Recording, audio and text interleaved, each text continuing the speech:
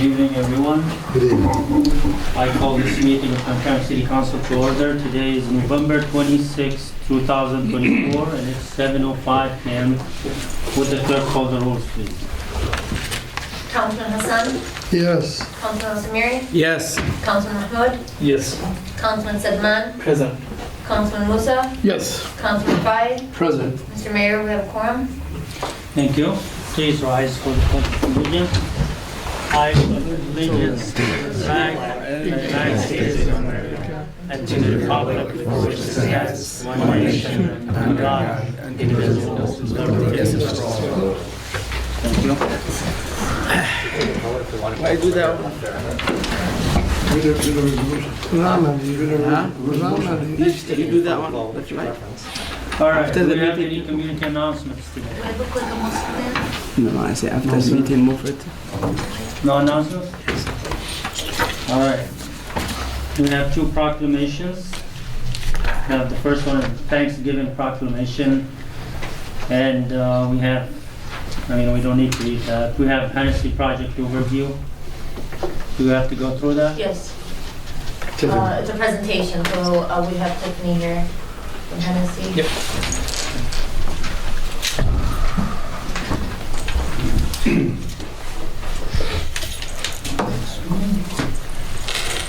Okay, so from what I understand is last council meeting, Can you push the button on the mic, please?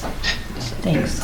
so my understanding is last council meeting, this map was presented to you. We did add in which contractor is on each project. The only one I didn't do that for is the lead service lines, for the spring 2025 lead service line replacement. But just so you're currently aware, as of today, we have 15 active projects, so 8 water main lead service line replacement projects, 3 straight lead service line replacement projects. The DSMI is wrapping up. The Kniff Road reconstruction. We have 1 alley. From what I understand, that's complete. We just are in the project closeout phase. And then the relief sewer 1B Goodson water main. Next slide. So what I've done based on the feedback I received from my staff is that you guys wanted to see which contractor is on each project. What I'm proposing is to sit there and submit this with an engineering report monthly, so you guys can have an update to see where we're at on the status of the construction, and to give updated percent complete on each project. There is some buffer at the end of each project just for project closeout, or the punch list items in project closeout. So it does, some projects probably look like they're taking a little bit longer, but I had that buffer, I guess, put in there. Next slide. So as we zoom in, you can definitely see exactly how many are at, the exact percentage. If there's more than 1 water main under a project, I did the overall where it's highlighted and then broke down each water main individually on the percent complete to get that average for the overall project of it. So again, it's just a zoomed in view. Any questions? No questions? Last time when we mentioned with Hans the engineer, he said he's gonna mention where they start phase 1 from where to where. The phase 1. Which phase? Phase 1. The phase 1B? Yeah. So right now, what they're doing on phase 1B is they started with the water main replacement. So The location we mentioned last time, you're gonna be the ad where they start from phase 1 from this location. It's gonna be from Holbrook, from Florian, all the way down to Denton.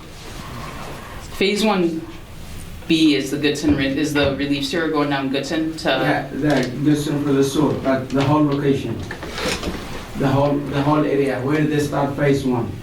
so phase 1 is on Goodson Street with the water main, is the first phase of the project. Is it part of the one of Maps in the the presentation. Yeah, if you go to the first map. the first one? Yeah, the first slide. Okay, hold on.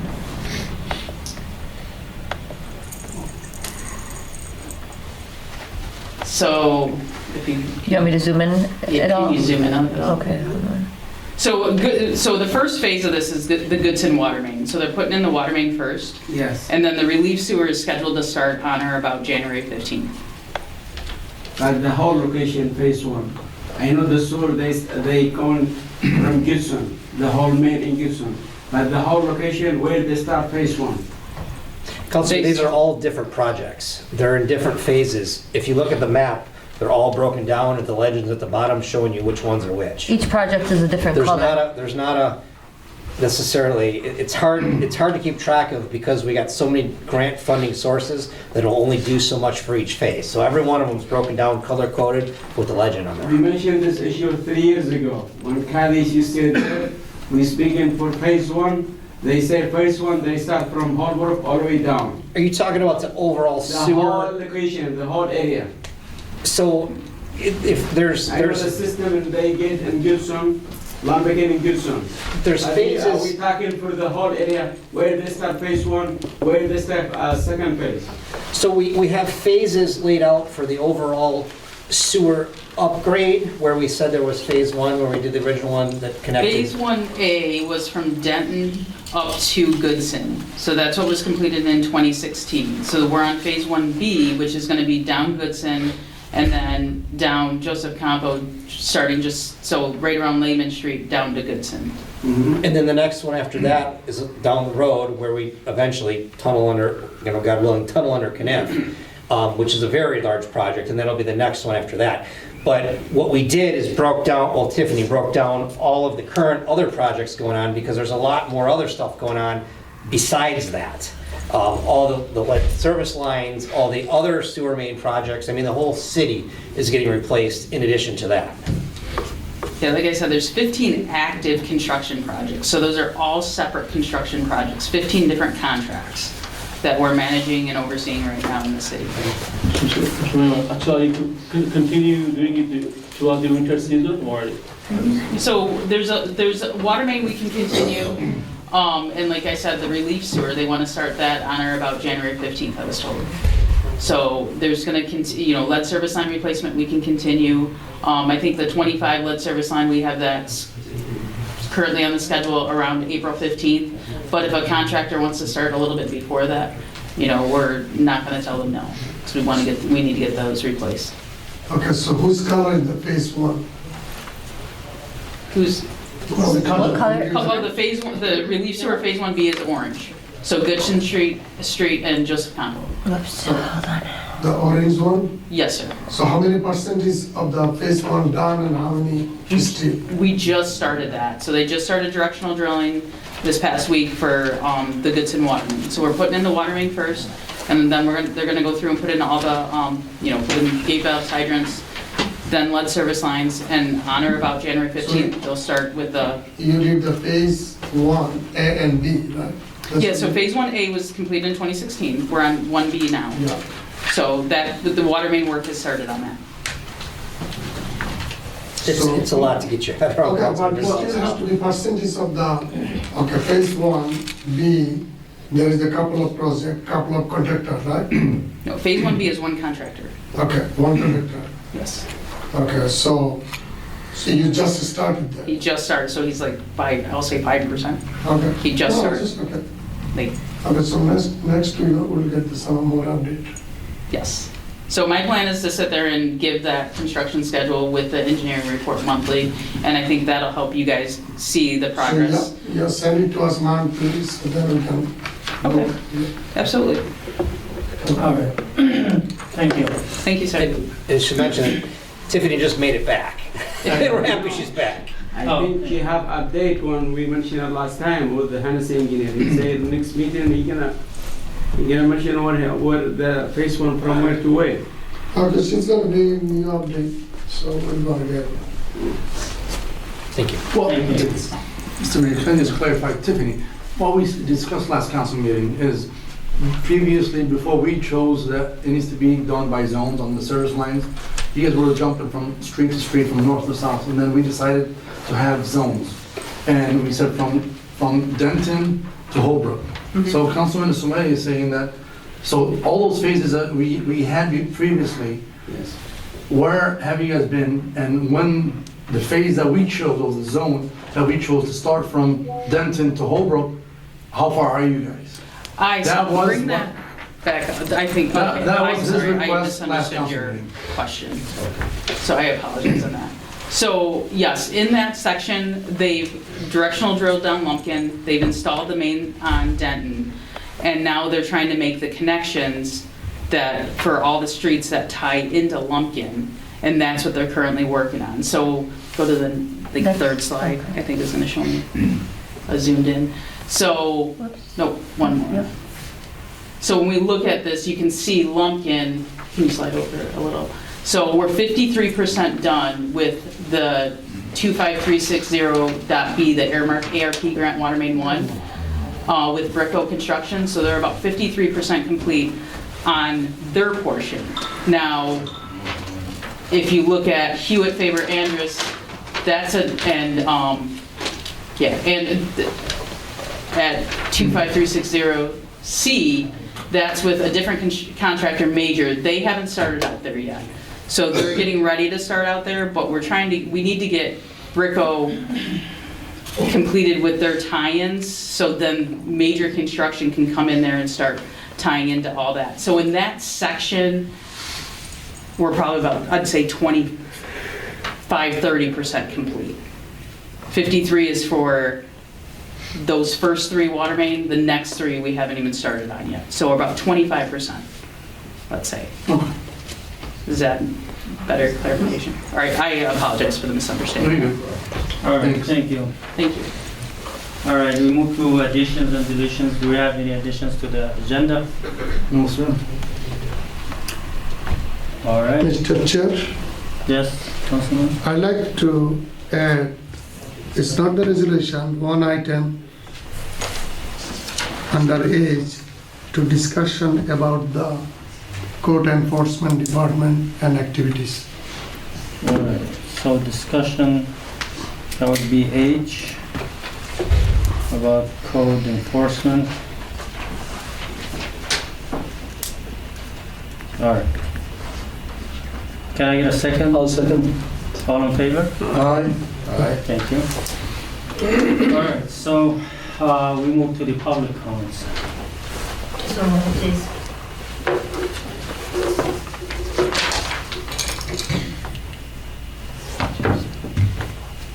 I'm sorry, was it Councilman LaFave that seconded? I did, Councilman Mahmoud.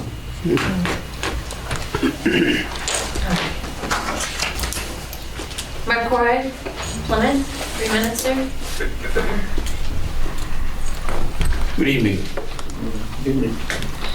Just want to discuss the recent election. I'm sure this has made news all over the world what Hamtramck did, and it was funny because I got contacted by Times of London for an interview about the Trump election as part of Trump's team, and they said, "How'd you guys do it? How'd you guys take Michigan?" I said, "Well, it was just me." They asked Roland Mackey, they Guardian contacted Mark Fortnum, Macomb County, and they said, "Well, this is really a great victory. Our victory margin in the state of Michigan from 2020 to 2021 increased by 4.7%. So we did a hell of a lot better this year than in 2020. And we had to thank all the people in this particular city, in Dearborn Heights, in Dearborn, who basically flipped, such as Bill Bazzi, I know it's Mr. Roger Farino has been kind of the city. Previously was now the city attorney out there, and I got a chance to go to some of the city council meetings. It's really interesting. Dearborn, same way, a lot of votes out there. More votes were Republican than Democrat for the first time in a long time out there, and all kinds of interviews around about how it was done here in Wayne County, and I think it was a really good effort by everybody out here. I know it's Mr. Hassan was actually fighting for the opposing sides, but nevertheless, Trump did come in front. He did win. He went to Dearborn, which Harris didn't, and of course the Democrats had a very controversial convention when they had out from the Harrison Flint. They had theirs in Lansing same day, and that's still causing problems with civil rights suits now. So Wade Raff, who went to sue this city, is now becoming, is now suing the Democratic Party of Michigan, and Lavora Barnes, the chairman, for civil rights violations out in federal court. And so is one of the, Mr. Abraham, I think his name, Abraham Ghanem, who ran for Congress, is now suing the venue that kicked him out of the venue, basically, with police and had him escort out the parking lot. So it's under civil rights suit. So just want to point out that it was a very good election day for the GOP. And only sad part we had Slotkin win by a very small margin. But other than that, it was pretty good in Michigan. And I just want to thank everybody out there who helped Trump win the election. Thank you. Thank you. Mr. Mayor, if you don't mind, if we suspend the rules, we need to vote on the approval of the agenda, please, as amended. Motion? Thank you. Second. Thank you. And all, All in favor? Aye. thank you. I have Ferris, Oliver Street. Hi. So at the end of August, I had my backpack was stolen out of my car, and I made the report, and since then I haven't heard nothing. And 2 days ago, my son was screaming, telling me that there is 2 people trying to break me in my car. I had to grab my gun and start running to outside. I don't know, somehow they found out that I'm coming and they ran away. And it just happened before my neighbors here that they was next to me and they broke in his son's car. Yesterday we heard about many cars were broken in our street. And we've been noticing a lot of cars been broken in these few days. And it's like this gang is driving, they're expanding, I don't know, and they work in like even daytime. I don't see, we haven't heard about anyone get caught. And we want to see, we want to know what's going on. Why is it happening recently? It's happening, it's like, every day it's getting worse and worse, all right? And as you know, like, I don't know, is that would be our responsible to start protecting our own properties? I mean, why wouldn't see the police driving around? Like, why we haven't heard about anyone get caught from previous accidents that been happening? Thank you. Do you live in Oliver? Oliver Street. Oliver. Because I heard a lot of complaints What today. time? Huh? What time? It was 9 o'clock, 9:15, 9:20 p.m. Yeah. Yeah. So now, if police don't do nothing, And you have to do yourself something. I mean, because I haven't, my backpack had $15,000 that I was taking to the bank for my business. I had my laptop, I had my flash drive that I haven't, it's a work of years that I've been working to, my taxes and things. I've been working until today to fix that. And now I see like a car that I just bought and they were trying to steal it. So I was getting crazy. If I met him, I would have shoot, And What kinds of car he's driving? and this is the thing. It was my son said it was Charger. It was a blue Charger or something. And I've been hearing about Wagoneer car, about Charger. It's like people have seen the same car again and again. And also the guy that stole. Oh, okay. So No, you got 30 seconds. yeah, I mean, somebody sent me a video for someone broken in a car, and it was almost the same guy who stole my backpack. So those guys they still working, they're still doing their. If you see the car, I'll give you my number, call me. I mean, I'm working, it's not gonna happen. Block the both side, Yeah. then we're gonna see what we can do. All right. Mr. Chair, If police not doing nothing, can we we gotta do ask, something. the chief, please, look into that, whenever you get a chance, get their phone number, Yeah. find out what's, no, whenever you get after the meeting, Yeah, get I the think we have more Mr. comments. Mayor, yeah, so I have, the same thing, so. Yeah. Chief, if any update, maybe you can give us. Yeah, after, we have more comments about It this. happened to me yesterday. اوكي خذوا عبوا الورقه بالعربي عادي قوموا تحلوا بالعربي كلكم قوموا حتى بالعربي عادي So we have We can another move to the comment? next person if you have some.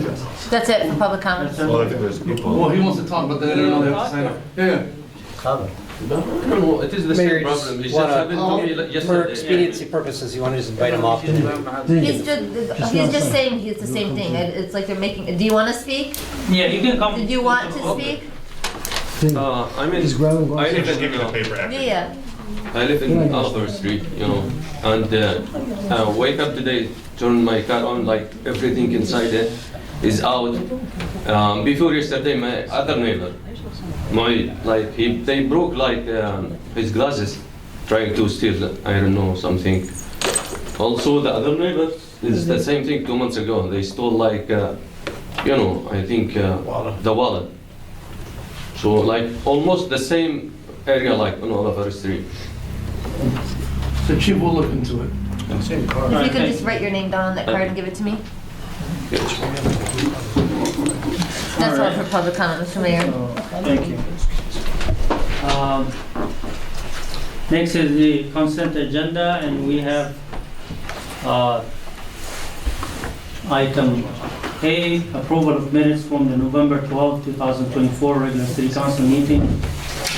B, approval of invoice register date ending November 26, 2024. C, approval of pre-approved expenditure date ending November 26, 2024. Motion? Second.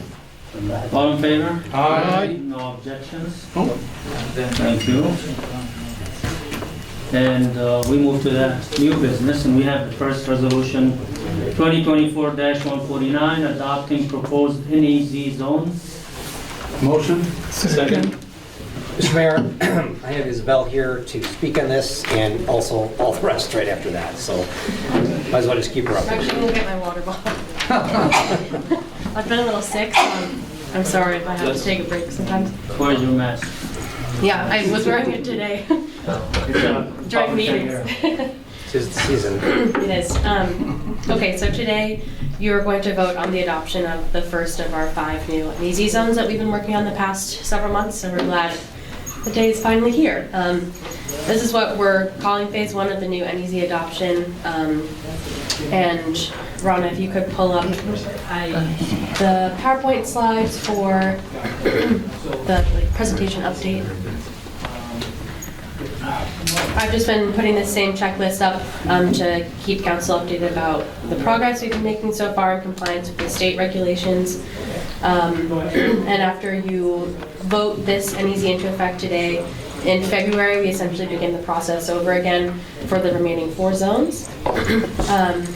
So on the next slide, Rona, would be great. Today you're voting to adopt Site 1, which is this east portion of Conant.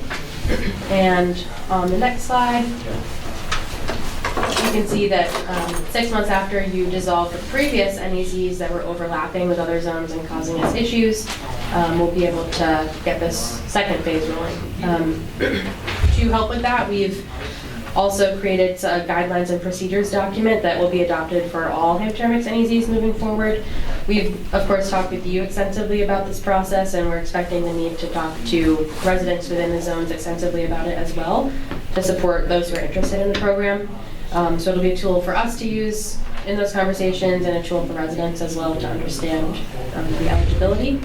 And it clarifies the minimum investments that they need to make and other things to be eligible for the program. So I welcome any questions and ask that you approve the resolution. Mr. Chair. Yes, Councilor. Elizabeth, my question is, I see there's $120,000. Is that the highest limit of how much the entire project will cost? No, So you can't exceed more than that? that is the property value, the existing property value, if a home is to be renovated. So it can't exceed $120,000 in true cash value, which is what we presented the list of property values to you previously, to qualify. They can invest as much as they want after that. It has to be at least $15,000 per residential unit if they're rehabbing the existing structure. But this program is targeted at increasing housing stock and quality in communities, especially when there's vacancy or either dilapidated or homes that are in need of some repair or investment opportunity. So that's why that $120,000 cap applies. Okay, to clarify, so the residents who are watching this video could really know that it's easy. Yeah. So if someone has a previous house and is trying to expand it, so it has to be within the 120,000, right? Yes, To be qualified. yes, So if it's 140, they're not qualified. correct. That's per state regulation. If you own a lot, if you own an empty lot, if you own an existing house and you want to demolish the house and have a lot, then you then the sky's the limit essentially with that. But if you have an existing house and you want to renovate it, $120,000 value, true cash value of your home is the cap. And then how about for those who wants to build a brand new home? And that's why we had this that's why I brought this up, is Yep. because we want to help these who's trying to build a brand new house. Right, then- And also whoever wants to expand their home. Right. And I know building a house right now, it's not gonna be 120. Right, so the cap rules for that are different. If you are starting with an empty lot, you spend, I think in the guidelines that like the cheat sheet we laid out, you spend $100,000 easily building a house. Anything at that and above, you qualify. So the rules are different for that. Okay, all right. All right. Then one more question, sorry, Mr. Chairman. And then for the other phases, how come it didn't come like one package? So we all could, and so people can clarify why was this just the only one and then we're working on the rest? Sure. So can you clarify that? Yeah, it's a good question. I'll answer it in two parts. The first is that the state rules want us to give public notice of you approving these processes to all the taxing entities for each individual zone that we adopt. Our zones are going to be scattered throughout the city, so they have to be separate for that purpose. And second, we had some existing expired NEZ zones from the recently resolved Sarah Garrett lawsuit, and those zones had to be dissolved first in order to allow us to adopt the new ones. We'll be able to do the remaining 4 that council had discussed and that we proposed all at once, essentially, when we get beginning with this process again in February with the public notice. All right, thank you for your hard work. Sure. Thank you. We'll be on, Mr. Chairman. Thank you. I was joking about the mask. We don't mandate it No, yet. I know. I think the one that was talking was our city clerk. All right. We can go ahead. It's going around for sure. The sniffles? Yeah. Well, we're all here at work. Councilman Hassan. Yes. Councilman Al-Samiri. Yes. Councilman Rafai. Yes. Councilman Musa. Yes. Councilman Sedman. Yes. Councilman Mahmoud. Yes. Mr. Mayor, Resolution 2024-149 approved. Thank you. All right, next one is Resolution 2024-150, approving street closure for Winter Bazaar. Motion? Second. Mr. Mayor, Isabel here to discuss this again. I will say that the night bazaar that Isabel and crew had over the summer was a very big success. And because of that, we've decided to do a winter bazaar. Pretty excited about this. So as City Manager just said, we're requesting a street closure to expand an event that I know I saw many of your faces at the previous time that EDA put this on. It would close the street from Belmont to Joseph Campo, on Belmont from Joseph Campo to the west alley there for the purposes of putting a large heated tent in that space with some additional lighting features to draw visitors into Pope Park, which is the location of the previous bazaar. The goal of these markets is to provide a space for business owners who are local, who maybe don't have a brick and mortar business yet, and to provide them a space to get a larger audience and customer base, and hopefully eventually fill some of our vacant storefronts in downtown. We had about 600 visitors last time, and we hope to have at least that many more this next time. It'll take place on the 14th of December, so we just need a day before that and a couple of days after to get everything set up and torn down. And how long is this for? 1 week or? It's a one-night event. It'll take place from approximately 4 to 9 p.m. Those are the hours that we had it last time, and we'll be setting up throughout that day. The previous bazaar, with those same hours, I think my team and my department set up at 9 a.m. and then put the event on and then had everything torn down by 10. So that's about when we'll expect everyone to be in Pope Park on the day of the event. But we have a rental company that's providing heaters and the large tent, so they'll be there for a bit longer this time. Are you going to keep the lightings for a little longer or just 1 night too? I would love to have the lighting feature up a little longer. Ron, if you want to pull up actually the street Yeah, it looks map. very nice on the picture. Yeah, we have to get people inside this nice large heated tent, which is going to be placed in that area in pink. And then the LED light display in Hope Park, we would love to be more of a permanent feature up in downtown, if we can get it set up soon enough. It's just a positive thing to have people who are strolling along shopping businesses, catches your eye, they spend longer in the main corridor, so that's the plan. I think you're gonna extend to the Course Street and second in Depot. So we'll take a last day. Maybe, we'll see. What time it will start? For setup, it would be closed starting at 8 a.m. on the 13th. Then we can save some money breakfast. It's nice though, something different. Yeah, I hope you'll come. Staff in my department's been working really hard on it, so we're excited. Who did you see last time from the concert? I believe. Somebody For sure. All of them as well, they were all. Yeah, I know Mr. Mayor and Councilman Al-Samiri were there. I saw, I believe at least a I couple thought I more. was the only one, that's why I asked. I have to take the credit. Oh, I tried. The building next door is head, so he was visiting the building. Yeah. Mr. Mayor showed up at the end and then said we needed more people. So we said we That have has to 500. extend, make it bigger. We have another empty lot across the street. Make it both sides. Councilman, I do believe it's gonna grow for next year, especially in the summer, for sure. We're hoping to do it a lot. It was a very good event last time, and it was first time, so I expect it to be better this time, so, thank you. We'll do that. Vote. Councilman Musa, Yes. Councilman Mahmoud, Yes. Councilman Hassan, Yes. Councilman Al-Samiri, Yes. Councilman Sedman, Yes. Councilman Rafai. Yes. Mr. Mayor, Resolution 2024-150 approved. Thank you. The next one, Resolution 2024-151, authorizing the city administration to enter into an agreement with Rhonda Jenkins for purchase of 12026 St. Open.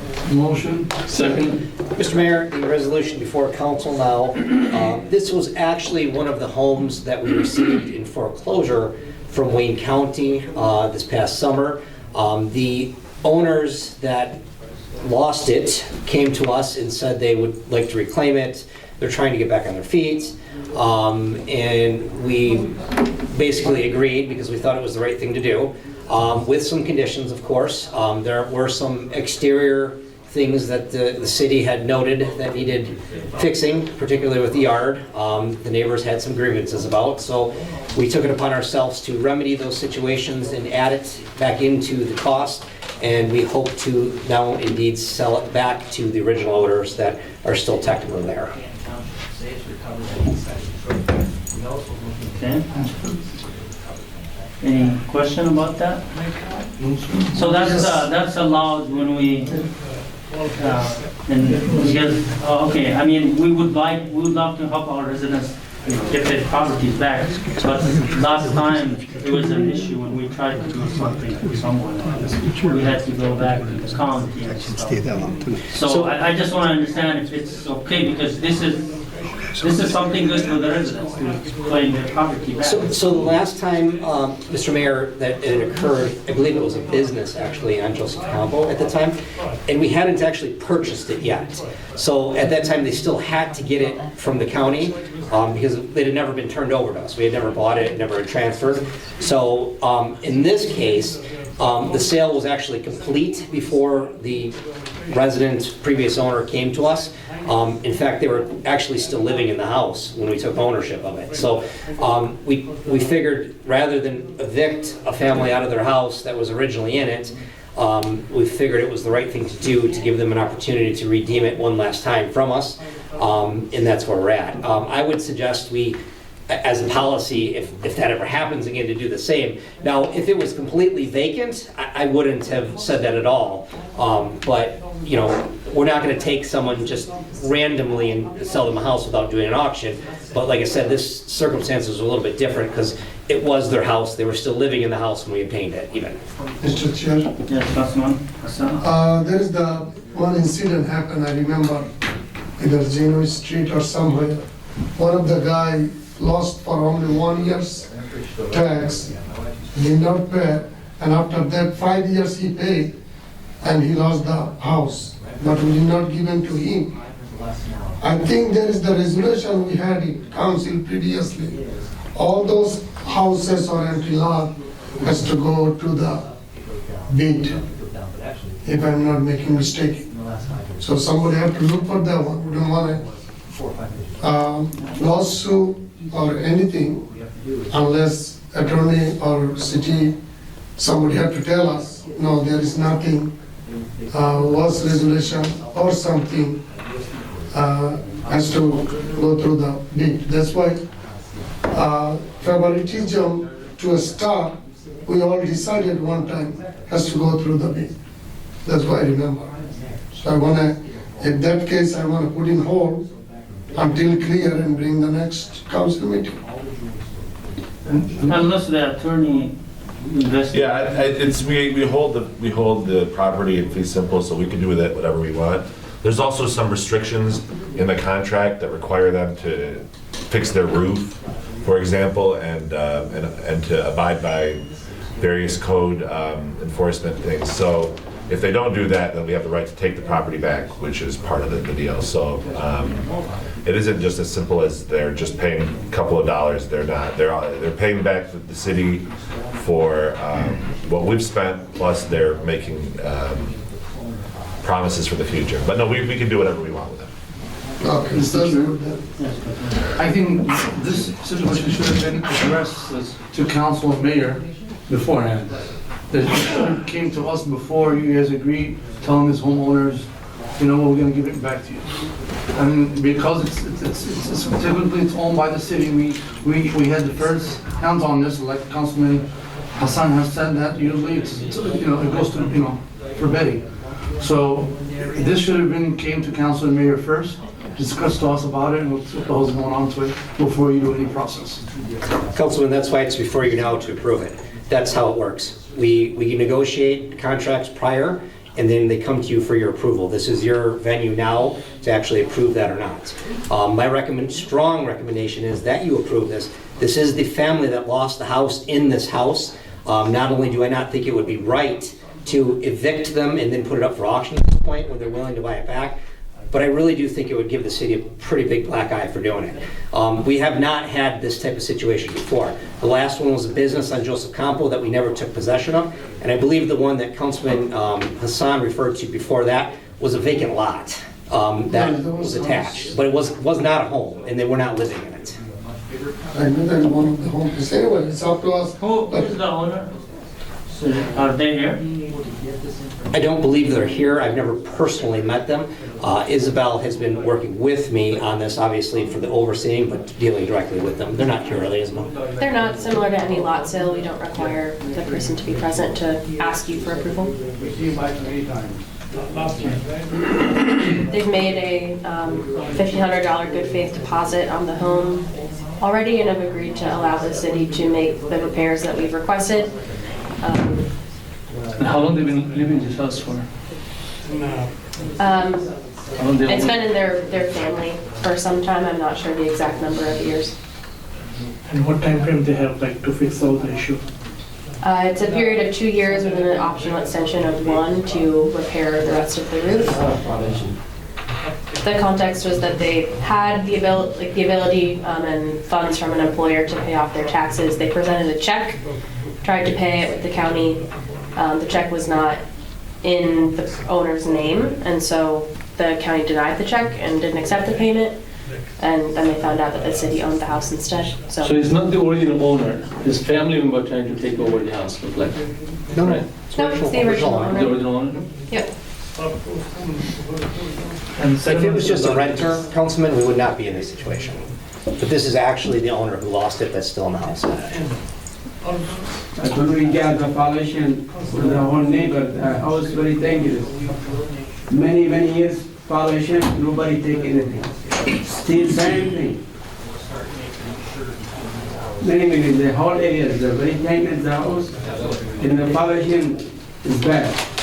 What we've been able to do to address those concerns, Councilman, is have code, quite frankly, go out and give me an entire list of what needed to be fixed.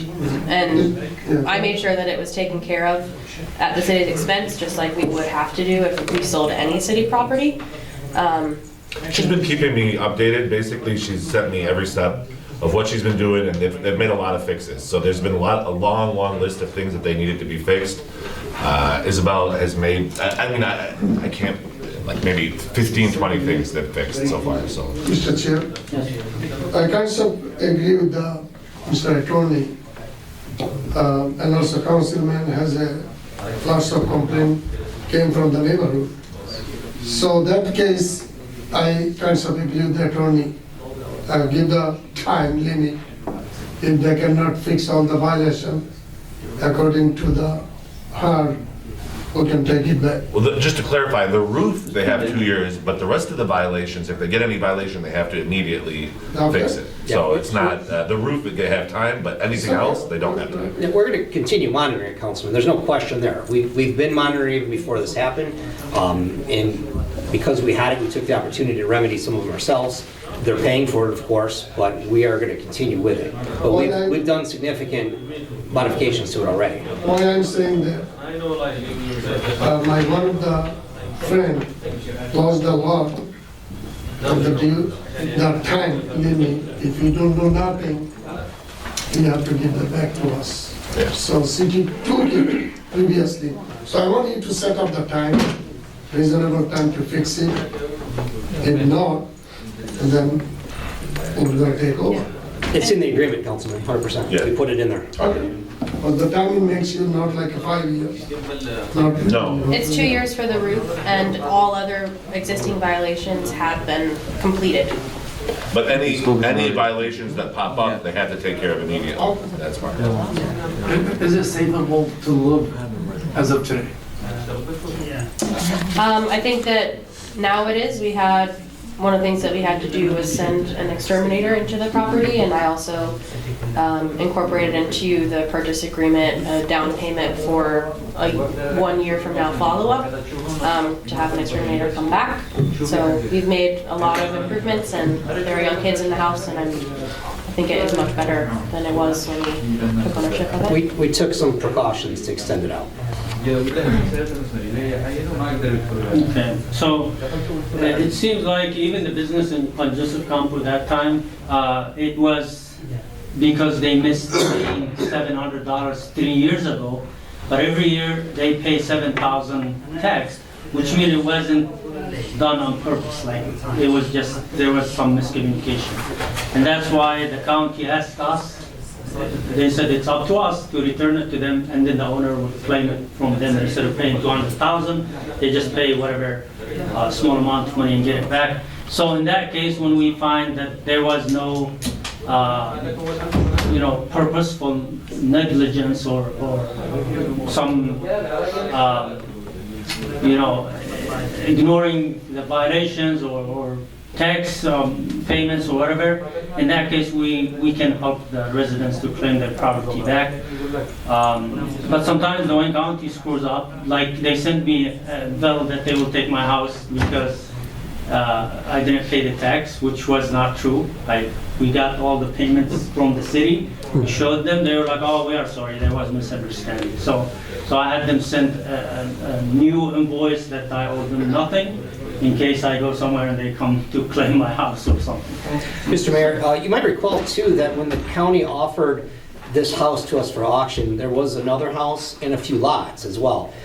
We still have the other house that we intend to auction off, and plus the original lots on that list came off the list because actually Councilman Samiri took it upon himself to help that resident to redeem it before it even came to us. So the same thing. So Councilman jumped in and got a resident involved, and they got that off the list before I even purchased it. So we're very conscious of this. We want the owners to keep their homes and keep their properties, but I mean there's limits, of course, but the key is I think to keep our residents in their homes. All right. Mr. Chair, pay your taxes before Councilman Samari buys your house.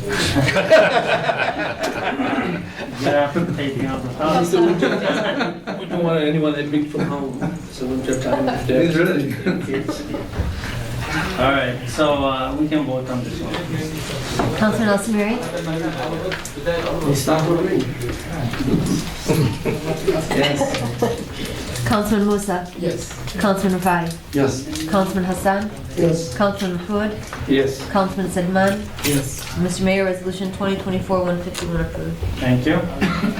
Next one is Resolution 2024-152, authorizing the city administration to enter into an agreement with Jamal Jawani for the purchase of 3269 Jacob. Motion. Second. Mr. Mayor, happy to report this will be another one of our lots leaving us. Even more happy because I know this particular resident has been wanting this one for quite some time. This is a part of our new lot sale program, which has a limited term availability. CED delivered only to neighbors directly adjacent to 12 lots. We hand-delivered envelopes to them saying that they were eligible to apply for the lot if they wanted it. So these are not, widely advertised, but it's only available because we're not asking for a development guarantee from any of these residents. They could use it as a yard if they wish, so it's not available to the community broadly. So this particular lot is 3269 Jacob. The fee for all of these side lots in the neighborhood side lot program is $10,000. He may be here, I don't think he is, but they're not required to be here, as I said, but ask for your approval, thank you. Thank you. Yeah, that's the good idea though. Like 15 years back, we have this system. First priority is the neighborhood, next house. Yeah. A lot of people in the previous lot sale program wanted them but couldn't develop, so we ended the old one and this is the new one, and we'll wrap it up shortly and auction the rest, basically. Yes, All right, thank you. Thank you. Councilman Rafai, Yes. Councilman Musa, Yes. Councilman Sedman, Yes. Councilman Mahmoud, Yes. Councilman Al-Samiri, Yes. Councilman Hassan. yes. Mr. Mayor, Resolution 2024-152 approved. Thank you. Next one is Resolution 2024-153, authorizing the city administration to enter into an agreement with Nizam Hussain for the purchase of 2330 Gray Lane. Motion. Second. Mr. Mayor, very similar to the last one, just a different lot. Neighbor agreed to purchase it, happy to sell it off. All right. So price, same thing. Councilman Hassan, Yes. Councilman Al-Samiri, Yes. Councilman Mahmoud, Yes. Councilman Sedman, Yes. Councilman Musa, Yes. Councilman Rafai. Yes. Mr. Mayor, Resolution 2024-153 approved. Thank you. Next one is Resolution 2024-154, approving site plan for 3011 Holbrook. Motion. Second. Mr. Mayor, as always, happy to bring forth more development in our city. Isabel can take it from here. Rana, did you put it up? The plans, please, would be great, page 3. So this is an existing vacant lot at 3011 Holbrook, just east of Mitchell, in our multi-use district. It's a mixed-use development with commercial on the main floor and residential above. The owner of Mooncut Salon wants to build this structure to have his business relocated across the street and then become a landlord for residential tenants. And then on page 3... I don't have it.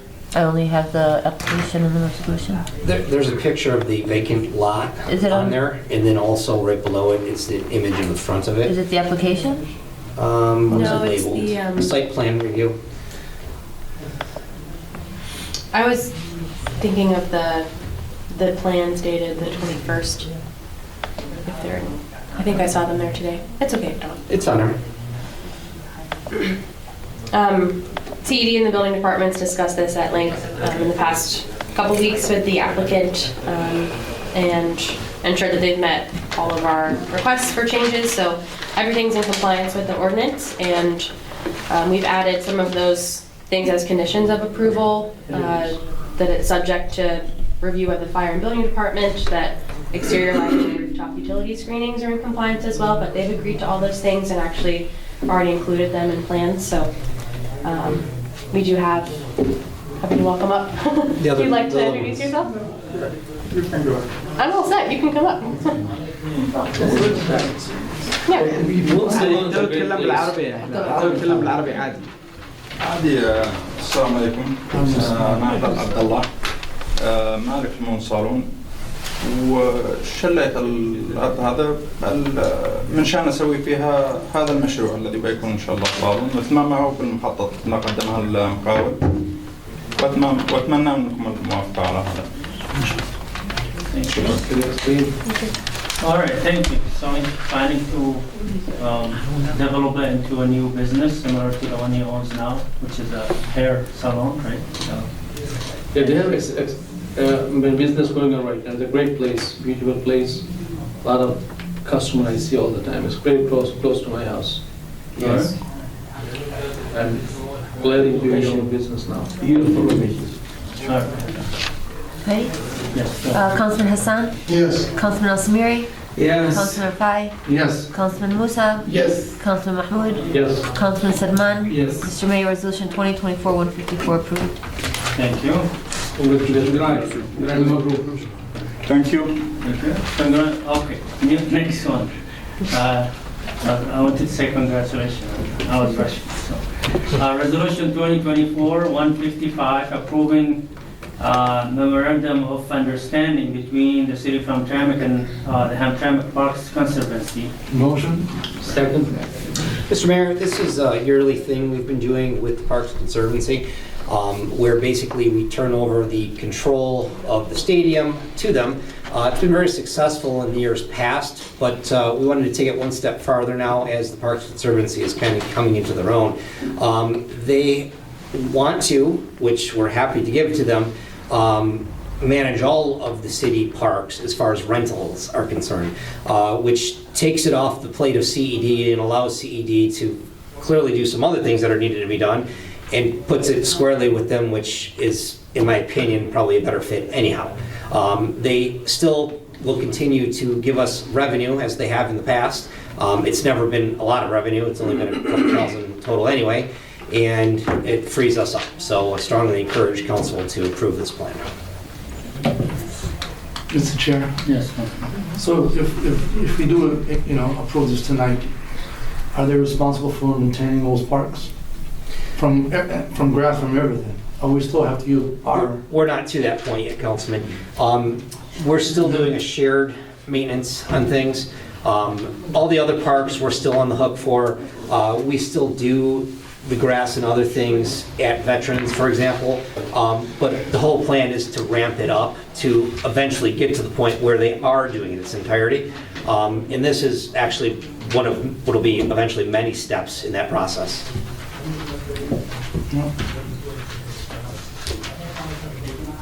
Go ahead. Councilman Mahmoud? Yes. Councilman Sedman? Yes. Councilman Al-Samiri? Yes. Councilman Musa? Yes. Councilman Hassan? Yes. Councilman Rafai? Yes. Mr. Mayor, Resolution 2024-155 approved. Thank you. Last one, discussion about the code enforcement. Second. Double over, double second. Mr. Chair, Yes, Councilman Hassan, go ahead. nobody like to speak, everybody like to talk about it, but let me start with that. So, some code enforcement officers, I think some of the point violating the law because they're going inside the backyard, knocking the door. They should not maybe go there because some privacy. So there is the couple of Bangladeshi houses. They go knock the door and backyard, and a family is scared of who is coming from my back alley. And also, second one is still some of the ticket is going the wrong address. Something was guilty neighborhood, like a 2121. Ticket is coming 2122. Owner of the 2122 comes to the city hall. Okay, we have a problem, we'll take care of you. And after 15-20 days, ticket going back to same house with that, and people getting made up there. Third one, so now some of the court enforcement putting the ticket up or notice to paint outside these that is the winter time, sometimes family issues, sometimes some senior citizens are also winter, and nobody have right now opportunity or ability to paint outside. So those kinds of things we need to consider.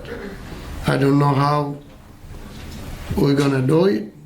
We have to stop violating the law, common sense law. Second, wrong address, and I think it's coming. There's a lot of discussion in the community. I don't know how we're gonna handle it. That's why I brought the issue. So thank you, Mr. Councilman, bringing it to the agenda today. It is becoming a huge issue.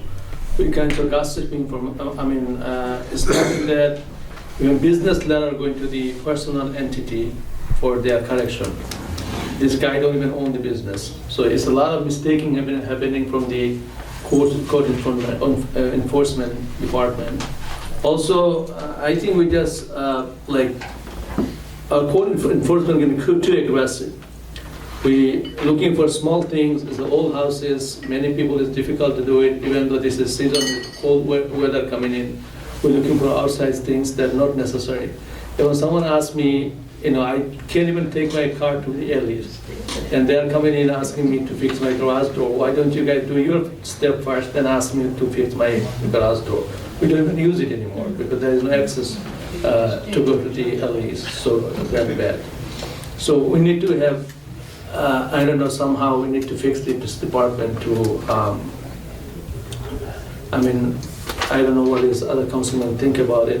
What should we come? We need to come up with some basic. Mr. Chair. Yes. One more point I forget. Some of the officer actually by mistakenly told the people, my boss tell me I have to write them many ticket for them many period of the. I'm just saying that, what could be not, but we not believe that. But if it is real that one of the guy leaving tomorrow back home, he got the wrong address ticket, and he came to City Hall. He said, I don't know what's going to happen to me. So those need to be correct, honestly. It's not like it's getting a harassment situation. We are asking the community for code enforcement. I'm sorry to use that word, but I have. Mr. Chair, not only this, I just a little bit. Some of those confused officers go to the weekend, evening time, night time, Saturday, Sunday. It is not usually happen before in our administration, but people are concerned too. Do they allow to do Saturday morning, Saturday night, or Sunday morning, Sunday night? Maybe we're going to send them to Oliver Street, 9 o'clock. Mr. Mayor, if council's had their say, I'm happy to start addressing some of these. All right, Councilman Hassan, in regards to knocking on the doors, any code officer, police officer, anyone can knock on someone's door. As we know, there's a lot of units in these houses, sometimes upwards of 4 to 6 units in a house. I can't speak to specifically who, because I haven't talked to the person that you're referring on this, so I don't know what the exact circumstances are, but it could be any variable things. The code officers are not supposed to go on to someone's property to photograph or investigate. Not that they can't go on the public-facing spots like that anyone, like a mailman, could walk on, because they could, but as a rule we tell them don't go in backyards, stay off the property, because we just don't want the problems. But with that said, if they are knocking on a door, it's probably because they're trying to get someone's attention to either A, give them a warning, or B, clarify something. I can't say, but I'm of course happy to speak to whoever it is you're referencing. I'm available anytime to address this and deal with it. But as a rule, they're not supposed to just go in people's yards, because we've told them don't do that, it's not worth the hassle. But knocking on a door is kind of indicative of they want to, they're trying to address something. So, they could have been a warning rather than a ticket, perhaps. So yes, they should not go from the alley to backyard to they should come to the front knock the door, no problem. They go in the backyard. That time, maybe my sister, maybe my somebody is not that ready for that time. They're in the backyard, they're safe. So those kinds of things happen. Oh, I absolutely understand your concern. Thank you. You did take care of that one. I think Rana, you has a text message to me. You did take care of that one. We're not saying everything bad. Thank you for that. Absolutely, but I would The caution, other because people, without, maybe they cannot come here. That's all. without knowing the circumstances, I mean, some entrances for homes are in the back. So, I mean, and I don't know the circumstances, but I'm happy to address anyone that had a problem and obviously calm their fears. As far as wrong addresses go, I mean, it's going to happen. We're doing a lot of enforcements. Not everybody has their addresses in the back yet. We're trying to get to that point. But I mean, it's still going to happen. I mean, there's humans involved in the process, so there is going to be human error. We're trying to train out of it, but frankly, we have a lot of new people too, and we have a lot of part-timers, and frankly, there's a lot of turnover in the part-timers. So it's kind of a constant training for that, and we're trying to do better, and I really do think we have been doing better on that. As far as sending it to the wrong business, Councilman, you had mentioned that. A lot of times what happens is we have responsible parties listed in the system, and if someone doesn't come in, they may change ownerships of the business or the property or whatnot, but if they're not updating the responsible party in that, sometimes it defaults to the old responsible party. I suspect that might have happened in this situation because we tend to we try to have people come in and claim the responsibility. But with that said, we've also recently taken measures to try and correct that too. So one of the things we're doing internally now is any time someone turns in a property transfer affidavit, it's sparking an email to basically every department in the city, and everyone's been directed to make sure everything is updated, which doesn't always automatically happen when you update the system. Our BSNA system doesn't really talk to each other all that well sometimes. So we're trying to take the computer out of it and just manually do it so that doesn't happen. So we actually are addressing that. But I suspect what happens, it was probably the person never told us.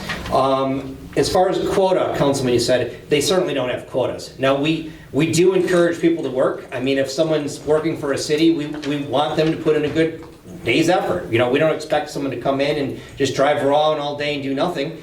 We want our employees to work hard. So there's certainly encouragement to go out there and do your job, but there was never, ever be expected on a quota. And we do try to spread out our code enforcements to work across weekends sometimes. We are limited on cars. We do have more people than we do have cars, but we break it up throughout the week for that reason, to also get coverage over the weekend, because frankly we know people sometimes do things over the weekend because they think we're not here. That's when a lot of people do those projects that they decided not to get the permit for, which happens quite frequently. So there is absolutely no rule against city code not working on a weekend, and frankly I encourage it to make sure the coverage is there. And there was also a comment about not doing stuff in the winter. We wouldn't expect someone to paint in this weather, but we may put it on notice. But the one thing we do really good is giving people time and an opportunity to correct their violations, but all they gotta do is communicate to us. If we were to check someone on a paint thing right now, and they came in and said, hey, it's a little cold, there's no question that any one of our staff would probably give them 6 months to do it and say, we'll check back with you in 6 months, so we'll wait to the summer months. We are very, very flexible with all code issues, because at the end of the day, the only thing we want them to do is remedy the code issues. We do a lot because we're busy, we're trying to clean up the city, and I'm sure you could ask anyone, the city is looking a lot better. We get it all the time about how the alleys are looking better. We haven't seen it in decades looking like this. The streets are looking better. The garbage is down. Now, do I still think we got a long way to go? We absolutely do. Do we have things to keep tweaking within the code enforcement? Absolutely we do. Will we continue to get better? Absolutely we will. But we also, I can say our city attorney works with residents all the time and dismisses things like hand over fist, because people come in and say, look, I fixed it. And I'm sure Mr. Maraway can speak to that. Anybody that's compliant, I'll dismiss their case. If it's like the 5th weed ticket, I'm gonna make you pay a little bit. But for the most part, my directions to my staff is be very fair, and when I review everything, I make sure that if I see that we're being a little harsh to somebody, to reduce it, but if they bring me proof that they fixed it, that triggers automatically, I'll dismiss it for them, because that's all I care about, is they fixed the problem, cleaned up their yard, added their address, or whatever it may be, you know. And Councilman, you said the gentleman was worried because we had mixed up the address. I mean, if it's brought to our attention, we immediately send it over to fix our mistake, and they frankly don't even have to worry about it at that point. Mr. Maraway dismisses it because he realized it was a mistake. Mr. Mayor, Council, was there any other questions? I'm happy to... First of all, as you say, the person, the business letter went to the person, he never owned the business in his whole life. It's a name match. That's why they send it to that person. So, I mean, those are errors like all over. Secondly, you know, we're not doing our part. Like, people are not happy about our police department, that what's going on in the city. You know, our crime is not going down. We have installed a camera. People still driving crazy and hitting people getting killed. I don't know what's the situation of all those cases. But many other things. Our city is not that clean from our part, but we need to clean. But we're emphasizing people to do their part. So it has to be a balance. We need to do our part, then you can tell them, hey, do your part too. Our streets are not clean. You know, do we do any fall clean up the street? None of them has done, I think. Other day I shared a picture with all the council group together meetings, then look at our street. So, I mean, we can't just push people to do their part and not doing our part. That's the sad part. Councilman, we are doing our best with the resources we have to clean the city. I think we're being extremely reasonable with people. We have talked to our staff about don't be doing petty stuff. There's plenty of big things that need addressing. And as always, I encourage council, mayor, residents, if you have a problem, bring it to me. We remedy it 100%. We look at anything that's brought to us to fix it. You know, we're pretty much an open book for that. Mr. Chair, Yes, Councilman, go ahead. I think what we're trying to get to is if our department are doing what they're supposed to be doing, we don't need to come back to you and tell you, hey, we gotta solve this. This is what we're trying to get into, is somehow get these departments or the code enforcement, as you know they have mentioned, to do what they need to be, you know, doing instead of, you know, we have these residents come back to us complaining, and then we have to come back to you so we can solve those issues. So as much as you can, try to get the code enforcement on point, so we don't have to go back in these little circles back and forth. That's it. 100%, Councilman. We are improving. We're improving every day. Frankly, a lot of people just aren't used to being forced to clean their stuff neither. So that's part of a problem. And then plus, you know, quite often we find that people bring stuff to us that just isn't founded. You know, so I encourage, if you do find something, bring it to me so we can get to the bottom of what exactly happened. If it's on our end, our people will improve. If it's on the residents' end, I'd like to be able to tell them, well, this is what you need to do. But, you know, we've had decades of the city not necessarily doing what it's supposed to do. I mean, we've had whole stints of years where we've had no code enforcement officers. So, I mean, there is going to be some growing pains until we get exactly where we need to be. And at the end of the day, there's always, to some degree, going to be some sort of human error. Unless it's a robot doing it, I mean, there is always going to be a human factor in this. So you do the best you can, you train it the best you can, you keep trying to improve, and you continue to improve. And frankly, we've gotten a lot better. It has got cleaner. We have been doing what we're supposed to be doing. But, you know, this is a partnership. You guys bring stuff to us, the residents bring stuff to us, we go back and forth, we see what we can improve, we work together to make it a better thing. Councilman Muhi sort of touched on two topics here. He touched on one that wasn't related to code enforcement. He talked on the police. I'm happy if you want to close out this topic and maybe maybe the chief can speak too. But I'll just quickly say that I believe crime is actually down. But, you know, the chief's been doing ComStat weekly, which, you know, he can tell you what the exact stats are. But at the end of the day, we are in an inner city. We are surrounded by a larger city that has a whole series of problems as well. You know, in my opinion and what I've seen over 2 decades, it's got significantly better, and it's continued to. It's even got better in the past couple of years. But I don't want to steal the chief's thunder on that. If you guys want to close the code topic, or if you have any other questions, I mean, we can certainly move on. So one thing I want to emphasize, whatever we talk about here needs to be delivered to the code enforcement, because, I mean, if I don't think they watch us, I don't think they know what we discussed. I have noticed that I was one of the victims of sending violation to the wrong address. They sent me a picture of a different house and came to my house. So we don't have time to, run to the city, fix these problems. They have to be careful when they, There has been find disciplinary action. There was at least one person. When people complain to me, I looked at the name because they have their name down when they send the violation, and it seems like I found that name frequently with multiple violations. So it needs to be addressed because people get stressed out when they receive a violation and they are not responsible for it. And so that's one issue that needs to be addressed. They have to be careful. They have to do their job right because people have stuff to do. They don't have time to run to the city and waste time to fix the problem that they did not commit. I agree with you 100%, Mayor. And 100%, if we find that it's happening over and over from one particular officer, that officer will get disciplined, retrained, or dismissed if it doesn't get remedied. That 100% will happen. But if it's one-off here or there, I mean, mistakes do happen. They are working hard. So, I mean, there's a lot of things they're processing today, but we try to be reasonable with that too. But if it is an ongoing problem, then we handle it. But this absolutely makes it back to them. They get a lot of it from me, trust me. I mean, I even made notes to these today, so you can bet tomorrow we're going to be having those conversations again to reinforce that they're doing what they're supposed to be doing. But I can tell you just last week, there was a staff meeting just in code to pull things together even more. So it happens very frequently.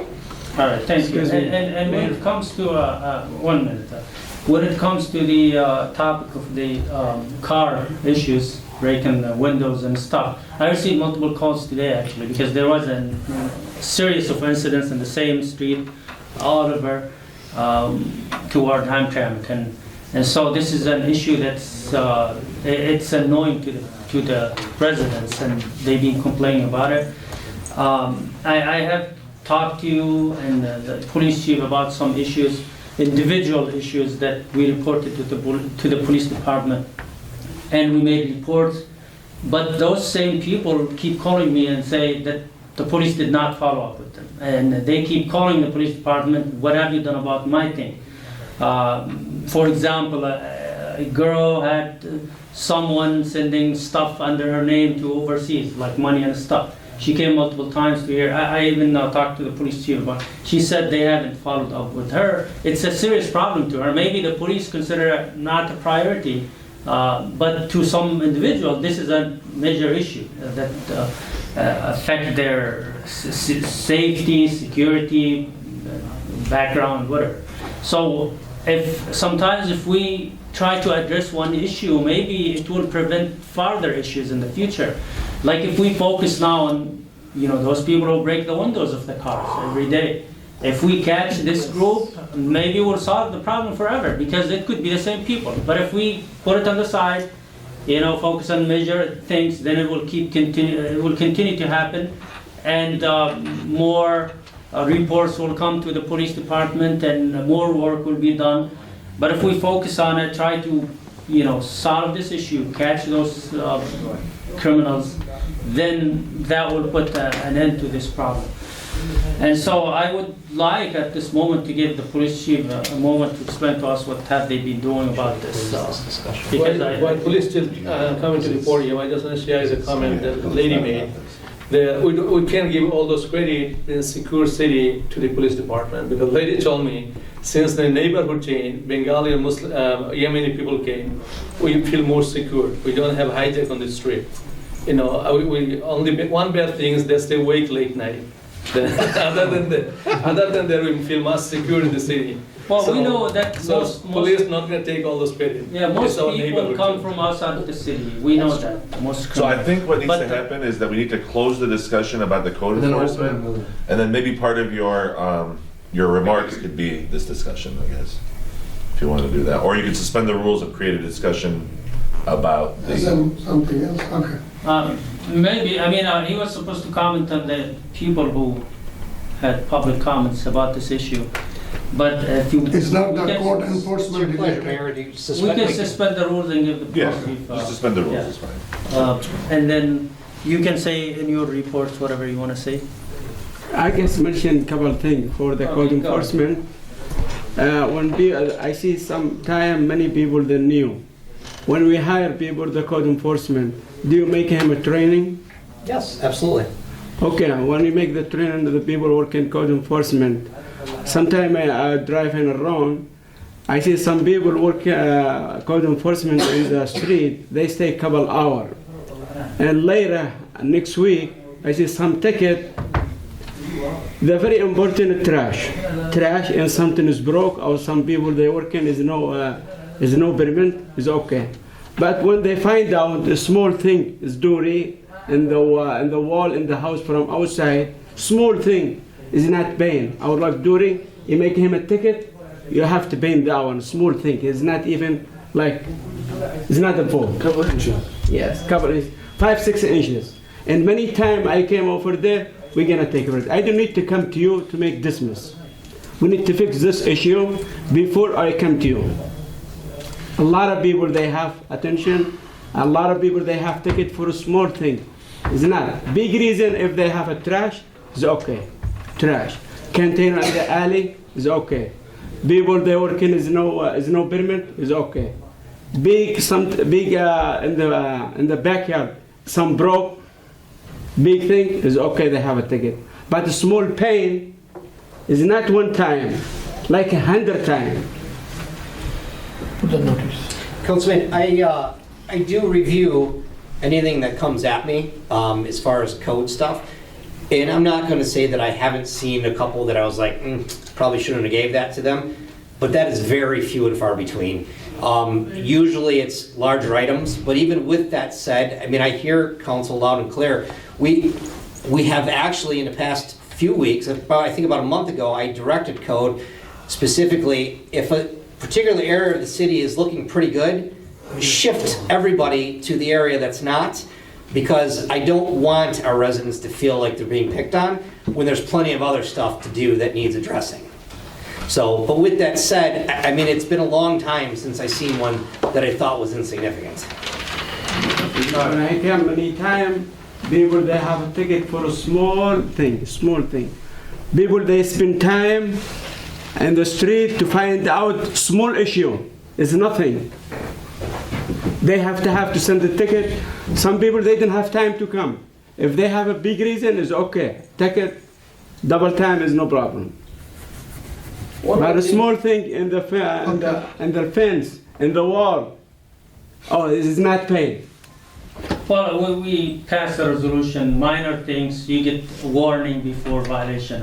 This is, if it's the first time, but if the person keeps doing the same mistake over and over, it's not gonna be. We do have a lot of chronic offenders too. Yeah. We have a lot of people that make the most noise that are the worst offenders as well. That happens very frequently. All right, with that, I think we come to the end of the code enforcement discussion, and I will suspend the rules and give the police chief a minute to talk about, the issues that we just... Just need a second. Second. Perfect. Yeah, I just want to say the same issues that you heard, I heard it myself. Honestly, I'm just going to address the elephant in the room. I don't think a lot of you are aware of it, but I felt like our detective bureau weren't doing their job efficiently. I think the city manager is well aware of that. I disciplined some of the detectives because they were not following up on a lot of cases. Now I'm speaking first of all as a chief, but also I'm a resident. With me today is our special investigator, David Hamtramck, who's been assigned to me, but also assigned to the Wayne County to deal with these things, comes with a lot of experience. Our lieutenant commander, I disciplined him. I was going to change him to patrol. He comes in next week and says he has to take off for FMLA, family personal issues. Chief, whatever. you need to be careful with personal Yeah, I know. issues. It's not personal, it's professional, to be honest with you. That was my intent. If you're not doing your job, he wasn't doing his job professionally, something that's not personal, is it? No, he was just It's in the asking. profession. Yeah, it's not personal. And I've been saying this from the beginning. Detective Bureau needed some change. The reason being, they were not following up what I felt like they weren't doing their job efficiently. Now, we have Sergeant Robert George, who is a very competent supervisor. I have full faith in him, and he's doing a phenomenal job. He just started next week. I gave him my full confidence. He's taking control of the Detective Bureau. He's going to be held accountable. His predecessor, who was a lieutenant, did not do a good job. He came to my office specifically and said, I don't know how to do investigative work. That's his exact words. How can you be a lieutenant detective So commander? basically, having conflict on your department. Are you getting help from the city manager? Well, to city fix manager is this? very supportive. Has nothing. City manager. If we talk about personnel issues, it should be probably Close closed session. I mean, So you I'll cut wanted us to off. address this because... No, you don't have to mention names. No, we're not mentioning names. That's why I can Chief, say broader terms. Yeah, we're saying broader terms, but I think it's important that that to let you know that we are aware of it and that we did make the necessary changes. This is not reflective of the Hamtramck Police Department. I think it's my responsibility as the chief of police, if someone's not doing their job efficiently, they should go to other places or other bureaus within the department to do other things.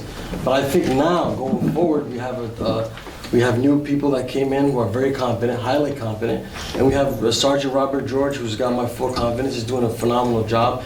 And now we have weekly meetings and following up on these cases. Now, I'm speaking as a resident, because I walk down the street and I get calls all the time. Hey, Chief, what's going on with this? I get the same thing, and in the follow-up, there's a lack of follow-up. With schedules, we changed their schedules because a lot of detectives were leaving early. How can you follow up if you're home by 2 p.m.? You can't follow up. And people come in here 7 p.m., there's no detective. So those are things that we're taking, necessary changes to improve the efficiency of the department. I think with our city manager, when he said crime is down, when we look at facts versus reality, it is down. If we look at auto thefts, like for the week to date, we're 5 versus 8 compared to last year. For the 28-day, we're 31 versus 25. We are up 24% for the 28-day. So that shows that there's a significant increase. But when we look at for the year to date, we're still down 8%.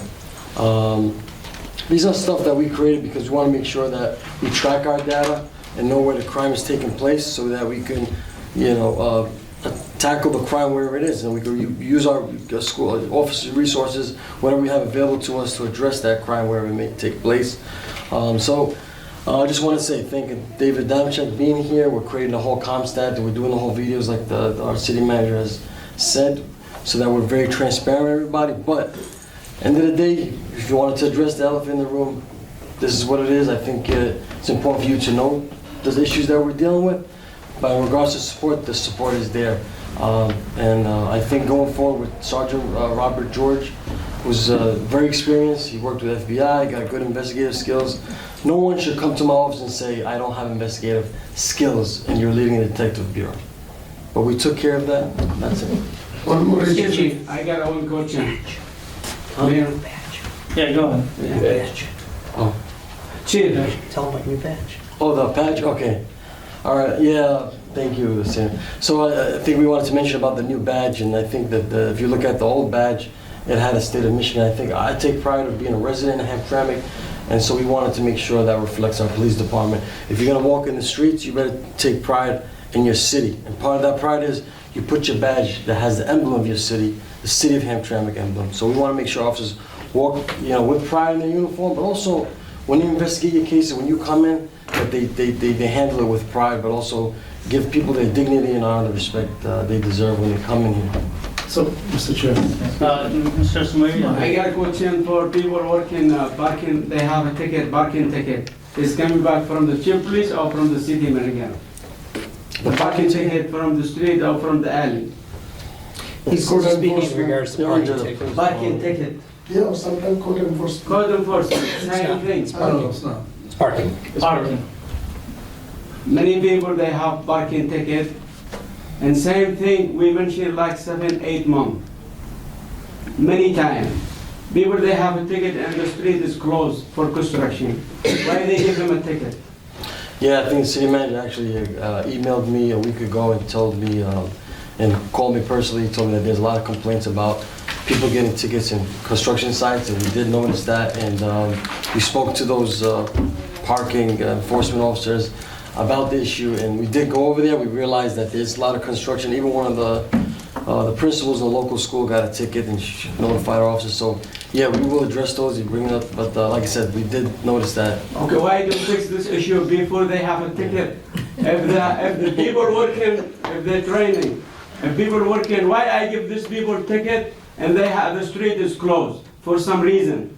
So I think some of them were legitimate tickets, like they parked in a place where maybe they were probably better signage, arguably.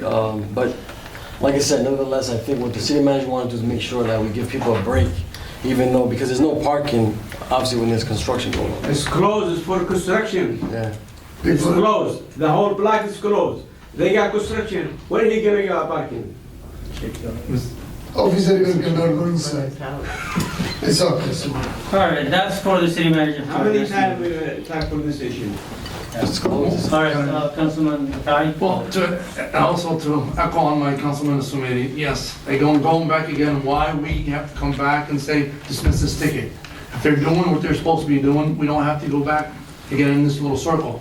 So for the parking enforcement, I know it's under your leadership of your department, just let them know if they're fixing Oliver Street and people are parking on the alley of Oliver, it's common sense. I'm not gonna write no tickets on those cars because where the heck are they gonna park? Yeah, that's You know, so it's something that they need to, know that common sense. You know, use common sense. I'm not gonna write those guys tickets so that we don't have to get called and bothered multiple times. Like, hey, we're getting tickets and then we have to call our city manager or call you to get, these tickets dismissed. Instead of them go somewhere else, write tickets that needs to be done. Again, about Oliver, my mom lives on Oliver, I live in that neighborhood. We have a neighborhood watch WhatsApp group, and we always, between us, we communicate with the entire neighborhood over there, that if there's anything, you always post it, we call the cops. Our issue is, a lot of them, even though, because they're not on the city council here, but they always tag me on the messages saying, it's your city, it's your police department. So if they're calling our police department, hey, there's break-ins in that area, how come hour, 2 hours, 3 hours, 4 hours, not even one police ever shows up? Now, this is an issue. Wow, So I think we need to have more patrol cars just patrolling at nighttime, please. Being present, you kind of, once I spoke to you, you brought an idea of bringing the New York style where you kind of have the lights, not the flashing lights, but showing that, police cars around.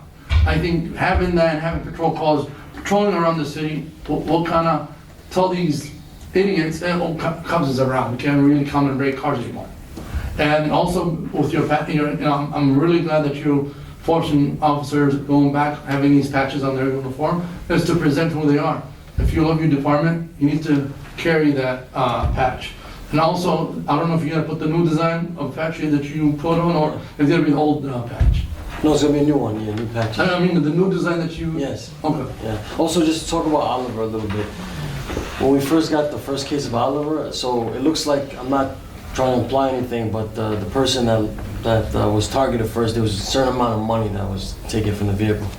So what happens is when a certain, criminal entity or perpetrator does that, he assumes that there's money in multiple cars. And that's how I think it started. Because a lot of times I know within our community here in Hamtramck, they meet up, right? Different cars get close to each other and they meet up, and sometimes perpetrators are watching because they see people come in and out, and it's a perfect time for them. But in regards to the response, I'm definitely will look into the patrol response, and we'll follow up that meeting. That's why I have here David Hamtramck taking all the notes, and now we're following up everything that comes through here. I suppose just giving you a speech and talking back, we want to make sure we address it. That's it, and just have more people just patrolling. Last 2 weeks of December, I will be there 9 people. All right, I guess we got the message, so thank you so much. Thank you. With that, we come to the end of our new business. And now we move to the reports. I would start with my reports, which I don't have much to say, but maybe the most important event that we had over the past 2 weeks was the ceremony to close the Sarah Garrett case. We have built the last 3 housing units in Hamtramck, and with that, 200 housing units were built over the past 50 years, and we close a dark chapter of our city history. with this housing discriminatory case coming to an end, we had a small ceremony in one of the new houses. And, you know, we have to be transparent with our residents. We were supposed to have the county executive here to celebrate with us, but he did not show up. You know, with the emails that came ahead of time, they wanted to come, but under one condition: the mayor cannot speak in this event. Like I care about speaking or anything. But it's a small event. The mayor is part of this historic event.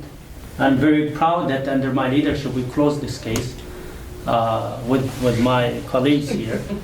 And you know, for you to call to say I'm gonna come, but the mayor cannot speak is very childish, you know, because the mayor is the spokesperson of the city, and I will be there. So we told them the mayor will be there, and the mayor will speak and welcome the people. Not only that, we said the mayor will present a certificate to Mr. Evans, the county executive, you know, just to, you know, kill them with kindness. We're not gonna act like children here. We know that the election had something to do with that. But we are grown men, elected officials to represent the people. This is part of Wayne County. And this city you are responsible for to develop and care about, because it's part of the county. 43 communities in Wayne County, including Hamtramck. After that, we were surprised by a letter that came and said, hey, we are stopping paying you $1.4 million for the jail. That was a surprise decision. We know that it will happen, but the payment was supposed to be next week, December 1st. And to send us a letter 10 days before to say we are stopping paying you the money is something also obvious that it's one of the consequences of the election. Although Hamtramck voted more for Democrat. But it's a collective punishment, not understood at all, because we were supposed to be notified months before that you will stop paying this money, not a week or two before. So I asked the city manager and our council that next week we should confirm that they stopped using the jail, because that's part of the contract. If they still operating the jail, they have to pay $1.4 million. And we have to find a way to confirm. If they still operate this jail in any form, any way, they still have to pay the money. If they stop completely and it's vacant, then they don't have to pay. Yes. They will pay just tax. So we will make sure by next week. I'm going to step in. Sorry, if they demolish it, because the fact is, the jail is still a jail. It's existing as a jail. So if their new jail has so many problems. If for some reason they have to start moving people out of that new jail, they have a jail sitting there available to them. So the fact that it is still a jail means that they can use it as a jail, and in my opinion, means they need to keep paying. If they want to demolish the building and then turn it into a lot, then they can stop paying. Sorry, I just wanted to clarify. That's right. So we need to we need to talk to them about that. And with the money that we are losing, I mean, we have some money in the fund balance to survive for the next several years, but we are bringing this topic to the state House and Senate and to the federal government as well. I will make sure that I will deliver this and make it a federal issue, that if I get a chance to talk to the president about this, we will make it an issue, because this is a punishment for a political stance that we took. That's unethical. We know that they will say, we've been telling you that we will move. You did not tell us that you will move this, because the payment is in 4 days. That was supposed to be December 1st. Now you took the decision 10 days before or 2 weeks before. That's very unethical. And if we get a help from the federal government or the state government, now that things are changing, the political atmosphere is changing, we will try in every possible way to obtain that money and more money to support our community from the state or from the federal government in any form, and we will survive. So just this is what I wanted to mention. And we opened a new business a few days back in Joseph Campo, and we continue to open new businesses in Hamtramck. It's an environment that attracts investors from other cities, and this is something good for our community.